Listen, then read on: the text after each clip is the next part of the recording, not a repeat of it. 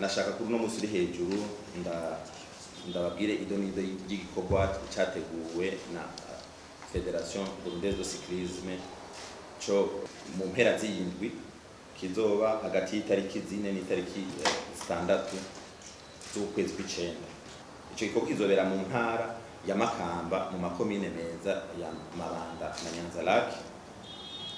Kizotangura ku munsi wa gatanu gitangurwe n'inama ya bose yo muri Federation Burundaise de Cyclisme kugira twige amategeko twisunze amategeko mashasha kuri model twahawe na Comité National Olympique. Ku munsi wa kabiri no kuvuga itariki 5 uzotangurwa na course izobigizwe na detection de talent. Iyo course izohuza imikangara iri hagati y'imyaka 15 n'imyaka 17.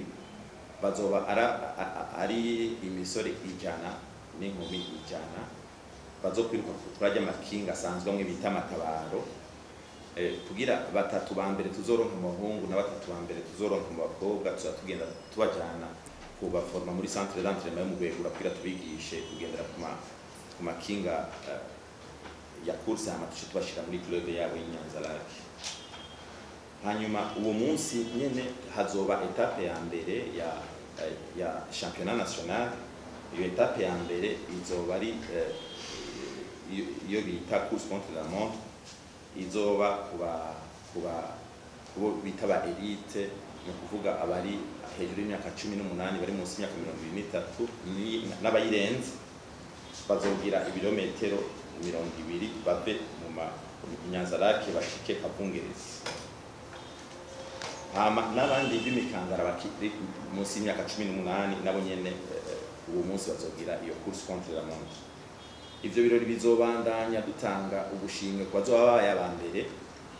Tuzokongera kandi dutange n'impamya bushobozi kuri komite twagize Nyanza-Lac abatwaformiye kugira bazoze baroganiza amakursi ku mavero ordinaire ku rwego rw'amakomine n'abamekanisien batanu, aba entraîneur batanu n'aba commissaire de course batanu. Aba commissaire de course na bamwe bita nk'abanditre nuko ariko babita muri nukuvuga ko tuzova uye ikomine Nyanza-Lac izobishoboye gutegura amahiganwa yonyene kugira baduhe abarusha abandi mu byerekeye gusigana ku makinga kugira ngo dushobore kubaforma kubera ikinga rashobora guteza imbere umuntu abitanguye hakiri kare. Ibirori byo ku munsi wa gatandatu bizorangizwa n'umwanya wo kuryoherwa kubabishaka kuryoherwa no kuvuga tuzoba turi kuri East African Hotel. Tuzoba twateguye n'igiteramo kizotuma yaje impera y'indwi igenda neza kuri iyo kujya tuzokwiba. Umunsi wa nyuma twobita nka finale kuvuga ku bahungu hazoba iyo twita course en ligne. Iyo abantu bazova Nyanza-Lac bace ku musozi wa Rukonwe bagende mu Mabanda bashike kuri frontiere imugina hama bongere bagaruka Nyanza-Lac. Aho ni kuba twita ba elite na mondo 23 ans mugabo bari hejuru ya 18 ans.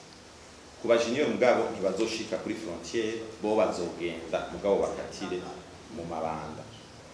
Uwo munsi uzorangizwa no gutanga ibihembo bazoba bayabambere. Ibi bikorwa byose ntibyari gushoboka iyo ataba leta y'u Burundi ibicishije muri Ministère des Affaires de la Communauté Est-Africaine de la Jeunesse, des Sports et de la Culture. Twashaka kubashimira cyane ku izina rya Federation Burundaise de Cyclisme.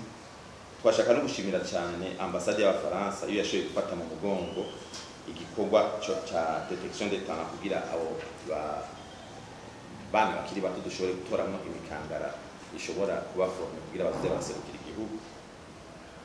Hanyuma twashaka no gushimira gose Comité National Olympique yo mu Burundi kubera nayo nyene yaradufashe mu mugongo mu bikorwa turiko turakora. Twashaka no gushimira abantu bose badahengeshanya kudufasha mu bikorwa byose dutegura. Namwe abamenyesha makuru nashaka kubashimira no kubasaba yuko mwotubera aba ambassadeur kugira ibikorwa byacu bimenyekane kandi dushobore gufasha abatari bake kugira bamenye ubwo rukino gusiganwa ku makinga.